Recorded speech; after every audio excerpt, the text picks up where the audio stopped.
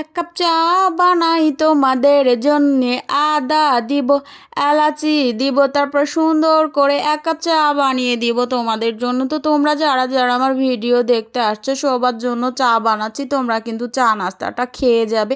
চাটা আমি বসিয়ে দিয়েছি চুলাতে, হয়েই গেছে, একটু ওয়েট করো তোমরা। চায়ের সাথে টাটা বানাবো, চায়ের সাথে মানে নাস্তাটা আমি এটা বানাবো বাঁধাকপি দিয়ে। তো প্রথমে বাঁধাকপি, কাঁচামরিচ, পেঁয়াজ, কালো জিরে, সাদা জিরে, লবণ, হলুদ, লঙ্কা গুঁড়ো সব কিছু আমি পরিমাণ মতো দিয়ে নিচ্ছি। তারপরে দেখো আমি একটা ডিম দিয়ে দিলাম, ডিমটা দিয়ে একটু মেখে নিব।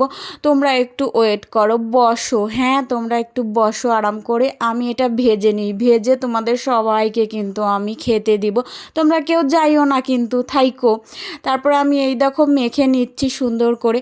আর তোমরা খেয়ে দিয়ে কিন্তু কমেন্ট না করে গেলে কিন্তু তোমাদের সবার উপরে একদম ঠাড়া পড়বে। সবাই একটু কমেন্ট করো, লাইক করো, কেমন?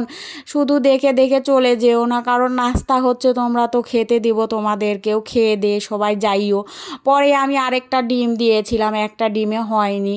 তারপরে ডিম দিয়ে ব্যাটারটা একদম পাতলা হয়ে গেছে। পরে আমি এখানে আটা ময়দা না কি যেন ছিল ওটা একটু অ্যাড করে দিলাম।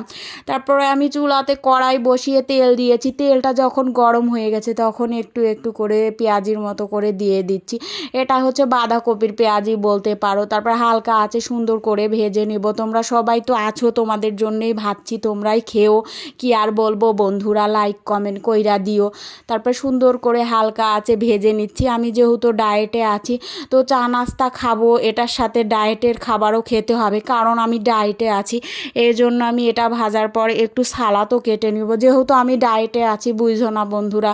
তোমরা ভাবছো যে ডায়েটে আছে আবার এগুলো খাবে, মানে ওগুলা খাবো খাবার খাওয়ার জন্য, আর ডায়েট করার জন্য খাবো হচ্ছে সালাদ। তারপরে আমি একটু পায়েসও বানিয়ে নিব, যেহেতু আমি ডায়েটে আছি। সালাদ খাবো, চা খাবো, পেঁয়াজি খাবো, তারপরে এই মানে এটা হচ্ছে পায়েসটাও খাবো, মানে ডায়েটের খাবারও খাবো আবার নর্মাল খাবারও খাবো। তাহলে কি হলো, আমার ডায়েটটাও করা হলো আবার খাবার খাওয়া হলো, দুইটা সমান সমান হয়ে যাচ্ছে, তাই না? তারপরে আমি সুন্দর করে দুধটা গরম করে নিচ্ছি। এটাও যখন বলক ফুটে আসবে তখন আমি এখানে চালটা অ্যাড করে দিব। আর আমি খেজুরের গুড় দিয়ে পায়েসটা করব, সেই মজা হবে খেতে। এই তো দুধটা ফুটে আসছে, এখন আমি এখানে চালটা অ্যাড করে দিব। তারপরে হালকা আছে নাড়তেই থাকবো নাড়তেই থাকবো, যখন চালটা ফুটে আসবে তখন আমি এই গুড়টা দিয়ে দিব। তারপরে গুড় দেওয়ার পরে সুন্দর করে শুধু নাড়বো, পায়েস যত নাড়া হবে তত টেস্ট। তারপরে বাদাম কিশমিশ দিয়ে দিব। আমি একটু নারকেল কুড়াও দিয়ে দিয়েছিলাম, ওটা দেখানো হয়নি। তারপরে এই দেখো আমার ফাইনাল লুক পায়েসের চলে আসছে। এখন খেতে হবে।